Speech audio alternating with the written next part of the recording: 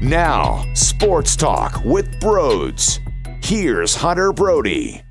Before we get going here, I need to let you know I am doing a giveaway on my Twitter at Brodes81. I am giving away a Bryce Harper t-shirt. Not a standard jersey tee, but it's really beautiful. It's got Bryce Harper's beard on it and his hair. It says Bryce Harper with the Phillies logo. You got to check it out. At the top of my profile, at Brodes81. There's a pinned tweet. It explains the rules. You got to follow me, follow my at Brodes media account, and retweet the tweet. It's that simple. Every Wednesday, there's a new giveaway. So make sure you stay engaged for all the future giveaways as well. Thank you, and enjoy the show. What is going on, everyone? Welcome on into Sports Talk with Brodes. And before we get going on this debacle of a 76ers game, basically what just happened is very defining here because I take a nice fat swig of my water. I miss my entire mouth. If you're listening to the visual on YouTube, you'll see it. It's all over my shirt here. If you're listening to the audio version on all the podcasting platforms out there, of course, you will not see it. But I got to point it out because if I don't, it's like, Brodes, what the hell are you doing? You just have this huge-ass stain on your shirt.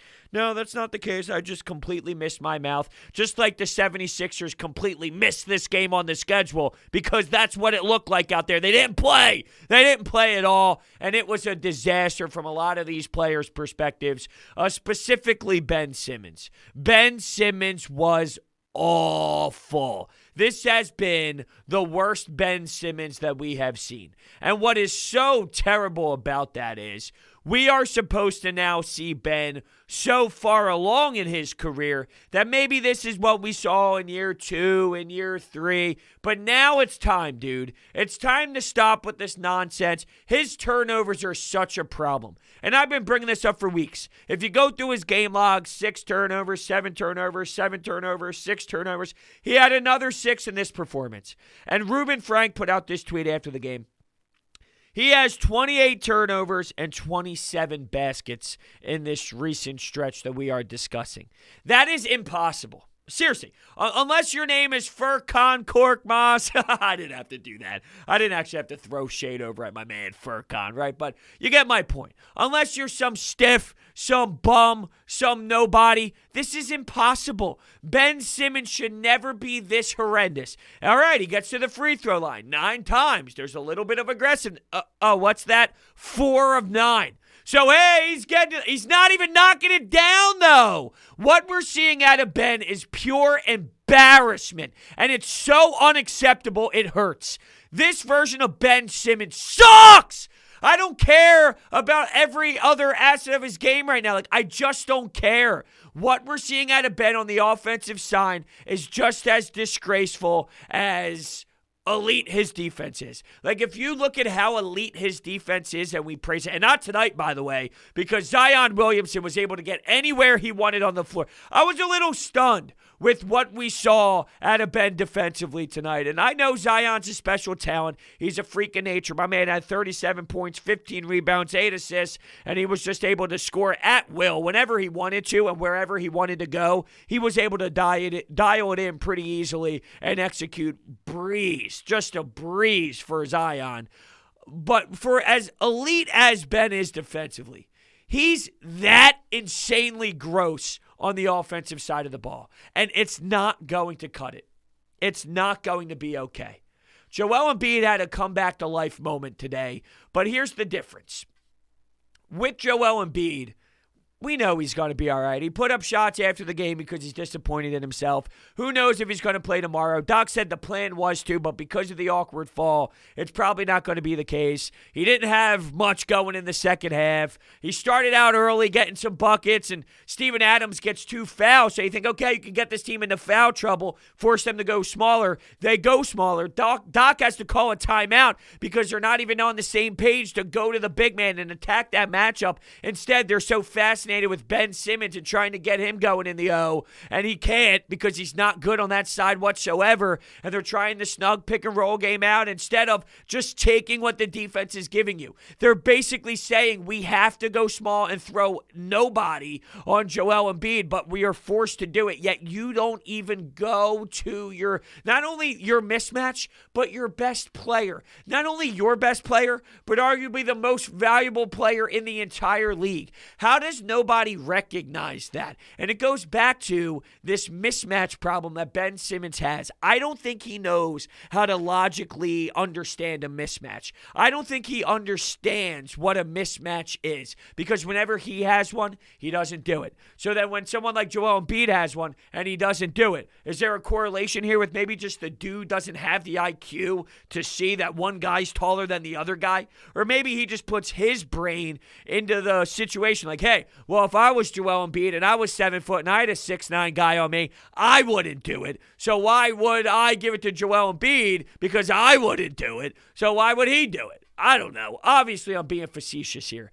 It's ridiculous, though, to think about what we have seen from Ben Simmons. Turning the ball over. Here's this crazy scenario. Late out of bounds. Turnover. Late possession. Ben Simmons with this horrendous-looking hook shot that's pretty damn ugly. So you're not even able to execute your late-game situations, which, to be fair, is not the common theme for this team.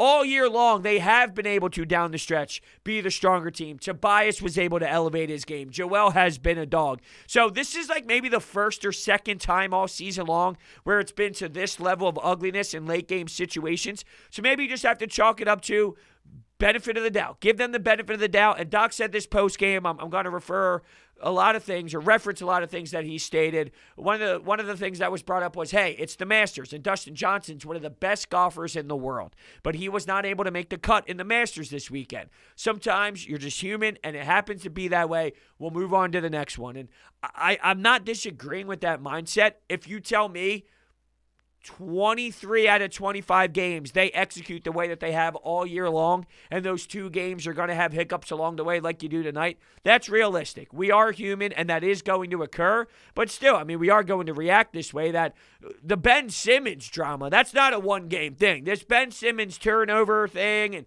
you saying you don't care about him scoring, and we're too obsessed with it. No, we're not, okay? We're not obsessed with it. This style of play is not something that should be acceptable by anyone. Not one damn human being on the fucking planet should be able to sit down afterwards, look at Ben Simmons' play that he has provided since the All-Star break, and even 2 weeks prior to the All-Star break, there was that stretch where he played good. Everything before that was completely miserable as well. So 75 to 80% of Ben Simmons this season has been full-out trash. Trash! And we're supposed to be okay with that. Oh, we're too obsessed with that. No, we're not obsessed with it. There's a correlation between getting to our end goal and Ben Simmons not being this. I don't even know how he fell off to this level, but he's taken 9,000 steps backwards. It's crazy. It really is crazy. I thought Doc contradicted himself a bit. He wasn't disappointed with the defense, and he thought the defense was okay, and it was good enough to win. Not that he was saying it was great, but he was saying with that defense, as long as the offense was better, they should have been able to beat the New Orleans Pelicans. And yes and no. You can't say that statement and then one of your statements post-game be, Zion Williamson, we didn't defend him very well. And we defended him in such an awful way. And he was able to do whatever he wanted to, and he dictated the pace of the game. You can't say those things and then say, well, the defense wasn't that bad. It was just your offense. No, I mean, part of the reasons why you lost this game was because you allowed one man to go on a hot run, to get alley-oops, to dunk the ball. The lanes just spread wide open. It was like the parting sea occurred, and Zion on a full bounce was able to just explode and hammer it down. And not only that, I thought early in the game you had Jackson Hayes and Herman Gomez running the floor and celebrating, big smile on their face. You're going to let these two clowns really run the floor and explode the building with some energy? You can't allow for that to happen whatsoever. That's truly a disgrace. That's like getting your mouth being wide open, someone just spitting in your mouth.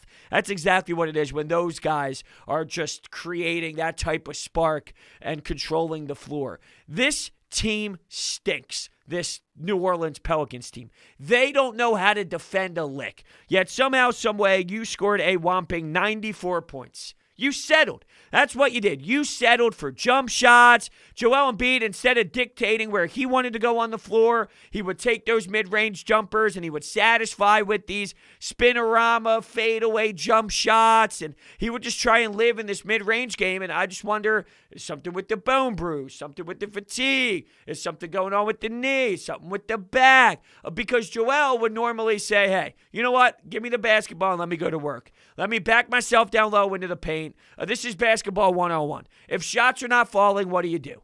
You realize, hey, all right, I'm going to find other ways. I'm going to get fouled. I'm going to go to the free throw line. I'm going to hit my free throws, or I'm just going to get really low into the paint where I'm 1 foot away from the basket or maybe even inches away from the basket. I'm going to lay the ball in. I'm going to see it go through the hoop, and that will then regain my confidence where I can see the ball go through. I realize we got 2 points, and then I can continue to thrive and continue to attack and do what I do best to help my team get into the game. But he never did that, so he was settling. And it's weird for Joel to be the settler. I think he's matured enough. That's an old Joel Embiid thing. Pop a lot of threes. Not that he did tonight. I'm just saying the older Joel would take 8 threes, 7 threes, 6 threes in a game, would rely heavily on the jump shot. He wouldn't want to go down low. He wouldn't want to bang. Well, maybe there's a reason why he didn't want to bang. Maybe he truly is feeling a little bit uncomfortable, and there's a lot of discomfort involved, and we'll see. I mean, they can utilize the fall as an excuse to not play him tomorrow. But maybe even though they claimed it wasn't the plans anyway, that could be all mouth coach speak or all mouth vomit. Just speaking out of their ass. Because, well, hold on. Now we can say this because it makes sense with our timeline, even though we were probably going to let him just kind of rest and see where we go from there. But, yeah, Embiid was 5 of 16 with 14 points. I can't believe that Doc Rivers actually had to call a timeout in an NBA basketball game to inform his team that one guy's in foul trouble, and here's a situation that you can constantly target where no one's going to be able to defend him. When they played Boston, why was it so laughable? Why was it so enjoyable? Why was it so dominant? Well, it's simple. They didn't have a soul that could bang with the big man. Taco Fall and all these bums. Let's try all these bums on Embiid. It doesn't work. Steven Adams is a taller, thicker guy, and, you know, he's structured and he's sound and he's got broad shoulders, and he's not easy to go toe-to-toe with just from a physical, mean standpoint. He's going to hold his body strong. But when you go to a guy who's 6'9", when Joel is 7 foot, this is the NBA. This is the NBA. How do you not recognize that right from the jump? Mentally, they were not engaged. Mentally, they were not ready to compete. Did they overlook their opponent because they also know? Is this one of those overlookers? The problem is with Ben, this Ben thing, it's a big domino effect. So I'll freak out about Ben on a night, but it's not just because of tonight. It's because of the whole product that we were given so far this season. I just rage and I let it fly and I let it out after the game, so that's when I do it. But me getting mad at Ben, it's not just tonight, even though it added fuel to the fire and it's pouring gasoline on a fire that's already been started. But you gotta see, Ben. You gotta see what you are doing on the floor is just flat out not okay. You gotta get back to the basics here. And I know it's not easy. I know upstairs in his brain, he's all over the place and he's loopy and he's lost. That's what it is. He's lost. He's trying too hard. He's forcing the issue. He's trying to be too cute. But I also feel he's getting back to old habits. Here he goes, dribbling the ball, picking up his dribble midair, looking to kick it out. You're going back to your tendencies that got you in so much trouble in the past. Maybe it's just a product of seeing Joel have such a slump of a game, but when you see this and when you see Kevin Durant come back and go off and not miss a shot and give you what he gave you against the Nets and you put the two together, I always question, can Joel carry you enough where Ben Simmons' flaws is not a problem? If this is the style of play that you're going to get out of Ben, it's going to be a problem. And Joel can only do so much. So you can't have this many turnovers. Your primary point guard can't constantly give the opposing team all these possessions in transition. You can't allow them to run the floor and get easy buckets, get easy two-pointers. You allowed this garbage Pelicans team without Lonzo Ball, and they're garbage with Lonzo Ball, but you allowed this team to dictate the pace of play. This is a team that doesn't want to play defense. They just want to run and gun, go up the floor. They don't want to actually defend. Well, what is the MO of the 76ers? Defending, being greasy, being grindy, making you earn it. Slow down the game, right? Make it tough on your opponent. Slow down the game. Let Ben attack defensively. Make sure you gotta beat Ben one-on-one. Good luck. Instead of this fast-paced, let's just gun and run and flow up and down. Stop with that. Sink in. Put the anchor down. Put the clamps down. Start smacking the floor. Not actually. Not physically. That's youth stuff. I'm talking more hypothetically here. Figuratively speaking. Slap the floor. But when you allow them to do that, it's crazy. You didn't have help from some of your shooters, though. Seth Curry with an offer. I'm not going to put too much stock into that. I don't think Seth Curry's going to be an offer kind of guy. You've seen him recently make some shots and get into rhythm, and that's just what he is. He's going to give you some really productive nights where he gives you 19 points, 5 threes, and he's really awesome. And then he's also going to give you some nights where he's slow and he's not able to get up enough shots. And if he does get up shots, he got 7 up today. They're not going to be the most effective-looking shots. And that's just what you got out of Seth tonight. But big picture, I'm not too concerned about it. Tobias, another slower night for him, 7 of 16 for 23 points. But I can credit him for what he did against Brandon Ingram.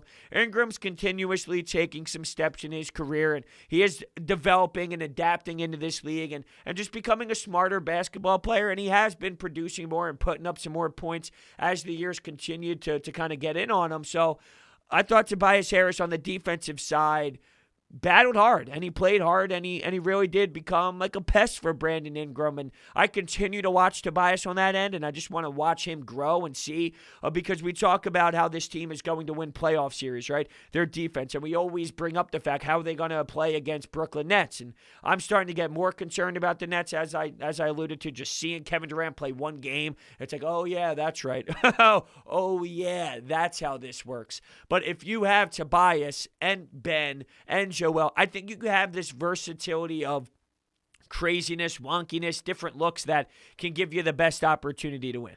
I don't know if they can do it. I'm just saying, with Tobias being this type of defender, have a second option or a third option or whatever the case may be in a playoff series that you might have never thought you had previously, because he's never been this willing and he's never been this good at it, and he really has kind of learned the tricks of the trade, and he has adapted this style of play that this team wants to run with, and he's clearly been a leader and shown everybody that not only did I want to do it, not only did I work on it, but I'm now applying that to a lot of consistent matchups. So let's look at Tobias Harris, and even though this thing was miserable for sure, and you can label this as one that'll piss you off and you'll lose sleep over it or whatever, Tobias Harris was definitely bringing it on one end of the floor that he just continues to get better at. And Matisse Thybulle, it's like the opposite. So Matisse Thybulle, stat sheet might say one thing, and we know what he does defensively, but we need him to start growing in another area. And I saw a couple off the bounce. He's taking it to the rack. I'm like, whoa, what's this, Matisse Thybulle? I saw a couple takes. I'm like, whoa,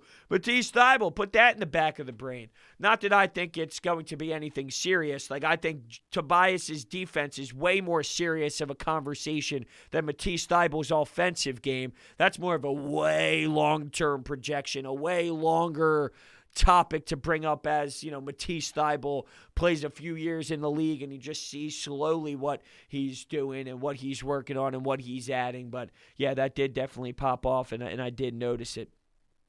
Can't get over those turnover numbers. They got dominated on the glass. How do you get outworked to that level against this team? 56 to 47 in rebounds, allowing 10 offensive boards. When I'm seeing Zion just grab all these rebounds, and if he missed it, he'd get it back, and if guys are missing shots, there's Zion cleaning up the garbage. What, do you not feel like working tonight? What, do you not feel like playing? And here's another problem. Let's pull out my handy-dandy schedule. That's right, I have a handy-dandy schedule with everything written on it. Right, here's my days. I exit out. I got my work schedule, what I have to do. You can see it on the screen right now, right? Their last game was, today's Friday. I got to look through the scratches. Tuesday against the Celtics. So their last game was Tuesday night. They had Wednesday off, they had Thursday off, and they played Friday night at 8 o'clock. Now, they did go on the road. So they're going to New Orleans, and there is a back-to-back. I'm not sure that they overlooked the Thunder already, which is a 9 o'clock start. Ugh. Not feeling that. I hate the late starts.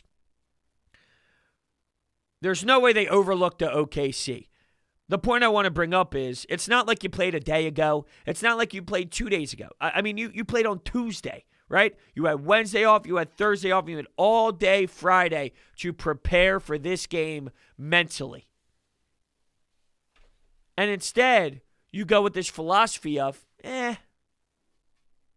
nah, not today. Not today. It's crazy. It's crazy. But I will understand the logic of Doc Rivers. This is rare for them this season. Most of the time afterwards, we say, wow, look at Danny Green's professionalism and how he helped that team down the stretch. Look at how Joel Embiid closed out the game. Look at how Tobias Harris helped him out as well and did some phenomenal things. Look at, what Dwight Howard provided off the bench. Most of the time this season, that has been our reaction after the game. So, is it only fair to kind of, I know it sucks to say give them a benefit of the doubt, but there does need to be this understanding that there are going to be some miscues, there are going to be some ugly ones, there are going to be some disappointing ones, and I'm trying to balance knowing that and still showing my frustration because both can happen as well.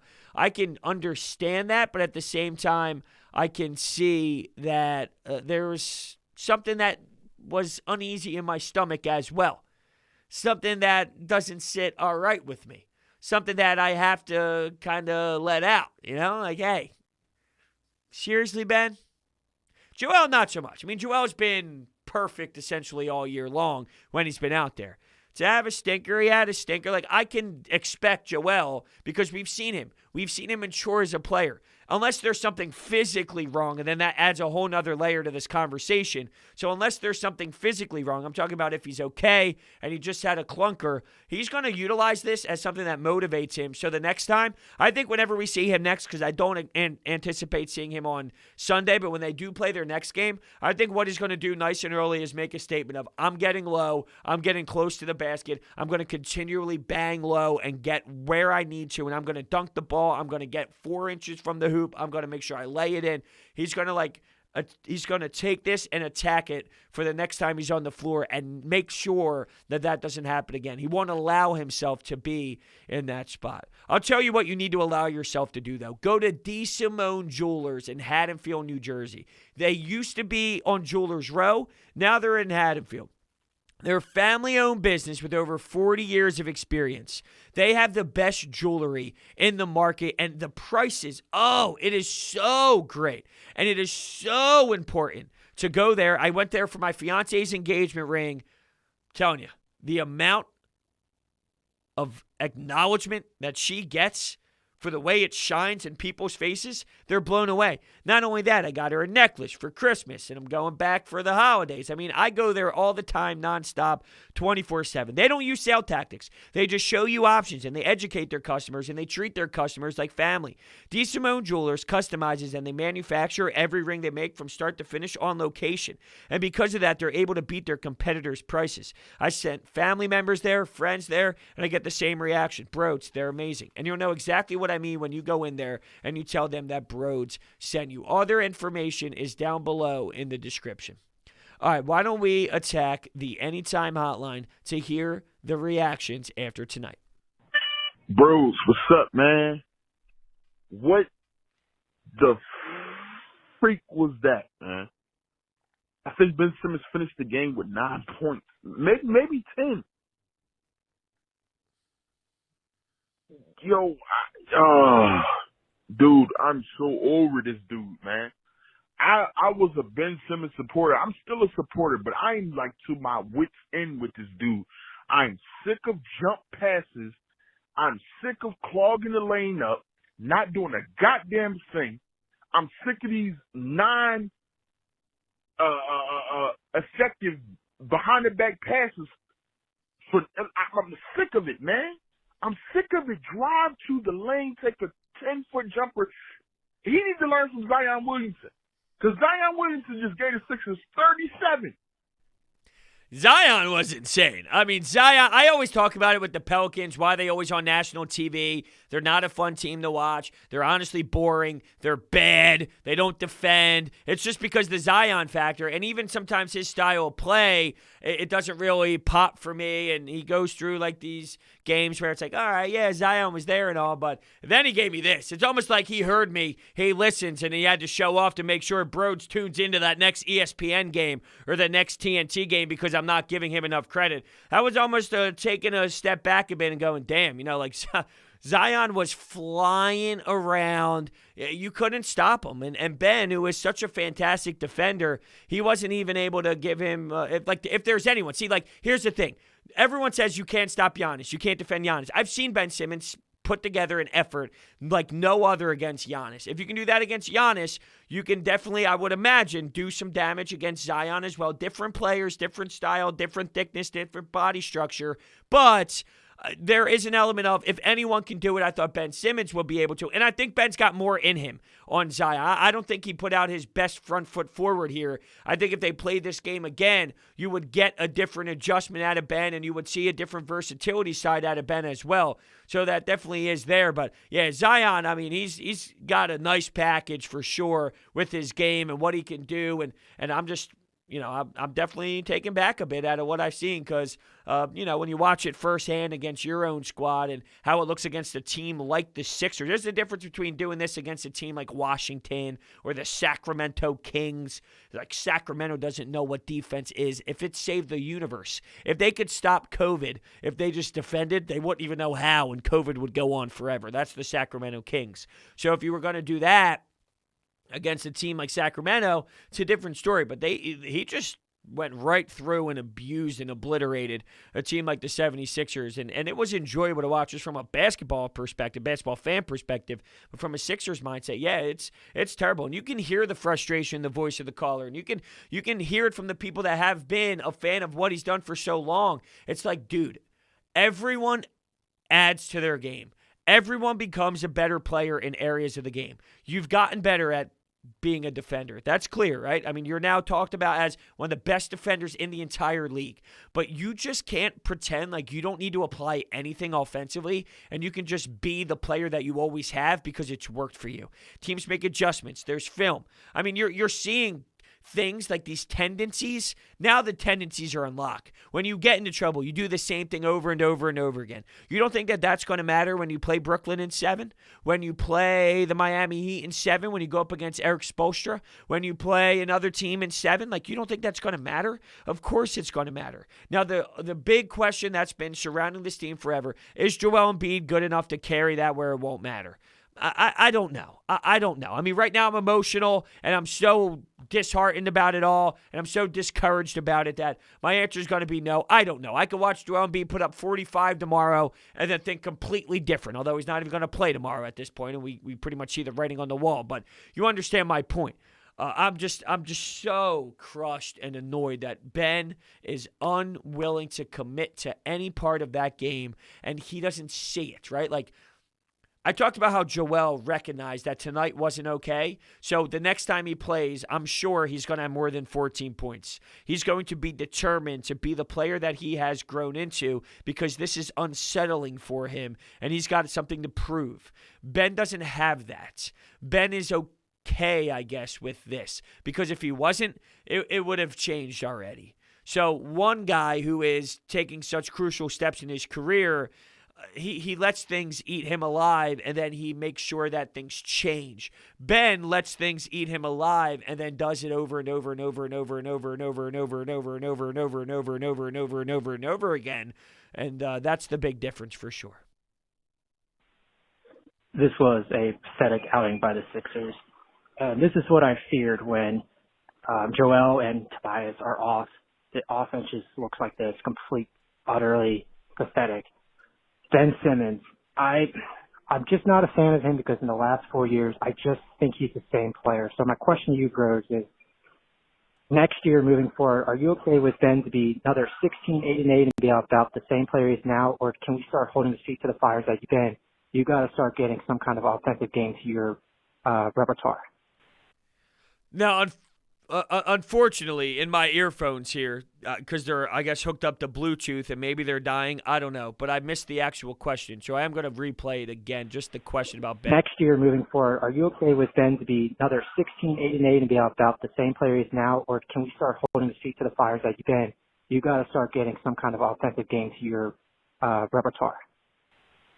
Yeah, I mean, he's got to add to the repertoire. There's no doubt about it. He needs to be a stronger player in that area. And I do think that there's a little bit of a prove it to me to Daryl Morey. This is somewhat of a, Ben, I need to see what you are made of. This is a experience for Daryl Morey. He wants to see what the season's all about. He wants to learn his players.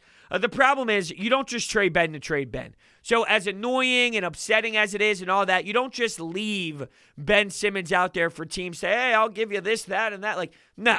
Like, oh, guys are like, there's people out there that said, I would get rid of Ben for Aaron Gordon. Get the fuck out of here. Like, I'm not getting. Ben could have gotten you James Harden. Ben is Bradley Beal territory. I'm not giving up Ben for an Aaron Gordon. I know we just got moved, but those type of players, that tier of player, no.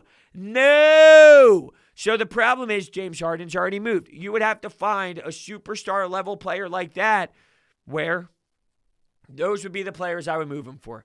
And I wonder, are teams now going to be afraid of, whoa, hold on, the Sixers are trading Ben? Why would they trade Ben? Another failed year where he fails in the playoffs. That's more tape for teams to recognize there's something missing in his game. Although every coach in the world would look at Ben Simmons' skill set and say, I want my hands on him. I could change him. Doc said it. Well, guess what? Doc hasn't changed him. That's for damn sure. You got better production under Brett Brown offensively than you did under Doc Rivers. That's for damn sure. So every coach is going to look at it as, hey, I want my hands on him. I want my hands on him. So that will keep the dream alive for the people that want to get Ben Simmons out of here. But I wouldn't just move him on just to move him on. I mean, you got to really leverage this thing. If there's anyone to do it, it would be Daryl Morey. So I think there is, and maybe that's why he's so messed up mentally. Maybe there's something to that. Maybe he knows. Maybe he's in the same boat as I am, as where I can kind of sense that Daryl Morey, this is like a tryout year for Ben.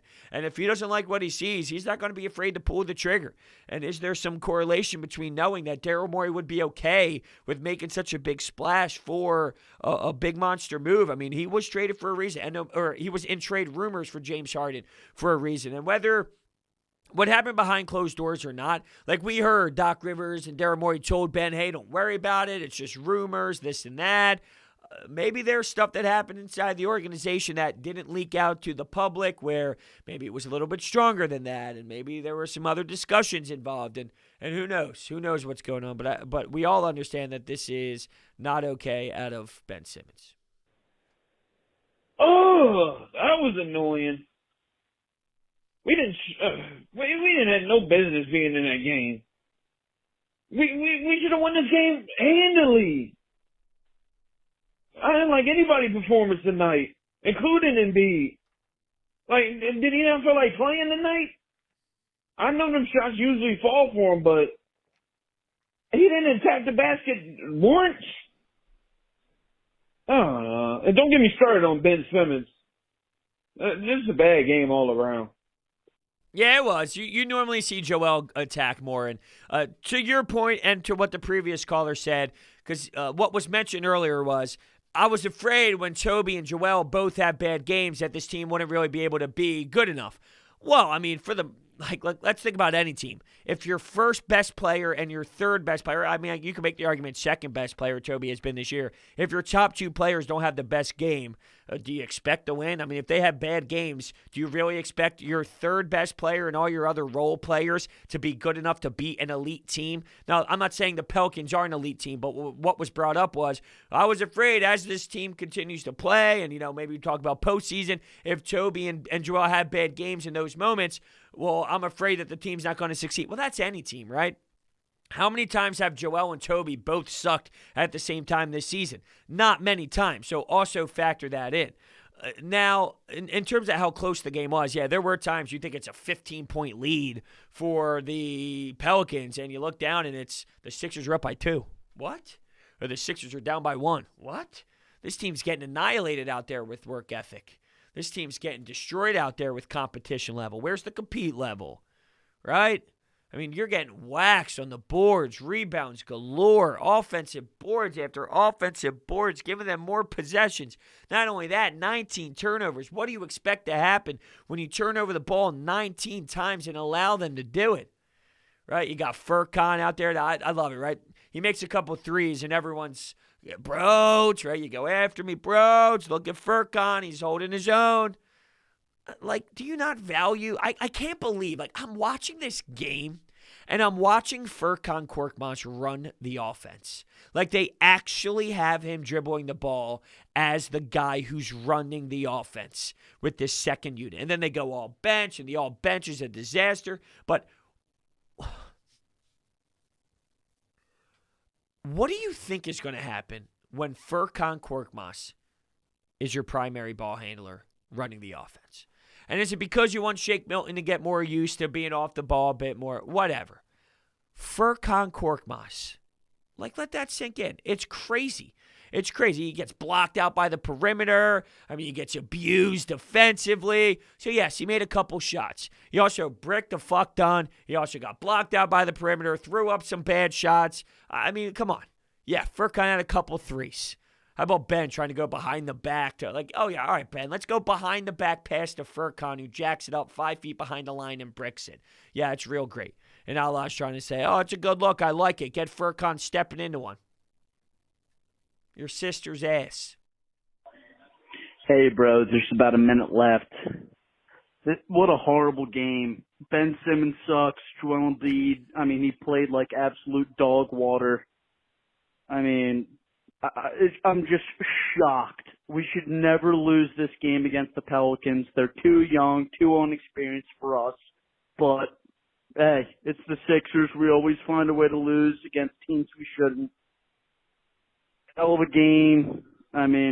Completely shit the bed, so good job, guys. I'll disagree with you, though. We always lose to teams that we should beat. Not this year. Yeah, there's stinkers along the way, but I say this all the time. Go to the Lakers last year. Let me know if they lost any bad teams. To make it seem like the Sixers are the only team to have a stinker throughout 72 games is unfair, and that's not justifiable in my opinion. So this year, we've said, well, they would have lost this game last year. Oh, they would have lost this game last year. Oh, they would have lost this game last year. No, I think this year they actually have taken care of business. Yes, they do lose, but good teams still lose. They should have beat a New Orleans Pelicans team, definitely, but you do lose. To make it seem like the only time a team ever loses in the regular season is against a team that's a higher opponent than you is just not reality of the situation. So I don't chalk this up to, this team always just loses to all these bad teams, always.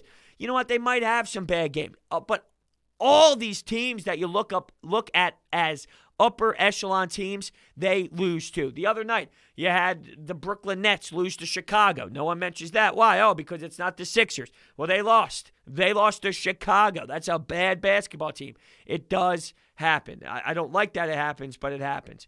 There did seem to be a different tone, though, after this one. Mark Jackson was a little feisty and a little fiery on the post-game show, which I really loved with Amy Fadul. Mark Jackson had a little bit of fire under him about how disappointed he was and all. So I think this one hits a little bit differently. This isn't your standard little stinker. This one is a little bit more than that. And Yeah, another thing Mark kind of mentioned about this was the young guys and the way that, they just have the legs under them and they just want to run and they just want to kind of have that style and flow. Just like, hey, man, just keep pounding the paint, keep attacking the paint, keep scoring in the paint, keep getting to where you want to, and use your fresh legs to get an advantage on the Sixers. And that's when I go to the Sixers and say, you allowed for that to happen because what you're so good at is stopping that. What you're so lethal at is making sure you slow the pace of the game down.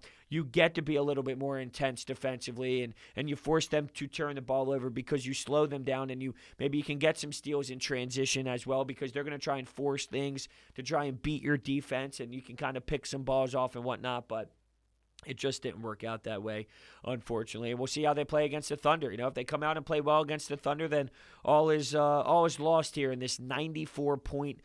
I can't believe they put up 94 points against this dreadful defense in New Orleans. Insane. I'll tell you this, though, before we head out of here. It's everyone's favorite tournament of the year. The Gophers are in Augusta, Georgia to compete for the jacket. And DraftKings, America's top-rated sportsbook app, is putting you in the center of the action by giving you a shot to land on the green. This week, DraftKings is giving you 100 to 1 odds on the golfer of your choosing to finish in the top 10. If you haven't tried DraftKings, this is the time. Turning $1 into $100 is simple. Pick any golfer this weekend's tournament, and if they finish in the top 10, you cash $100. Download the top-rated DraftKings Sportsbook app right now and use promo code Brodes when you sign up to turn $1 into $100 if the golfer of your choosing finishes in the top 10 of this weekend's tournament. That's code Brodes to turn $1 into $100 for a limited time only at DraftKings Sportsbook. Must be 21 or older. Pennsylvania only. New customers only. Restrictions apply. In partnership with Mentor's Racetrack and Casino. See DraftKings.com/sportsbook for details. Gambling problem?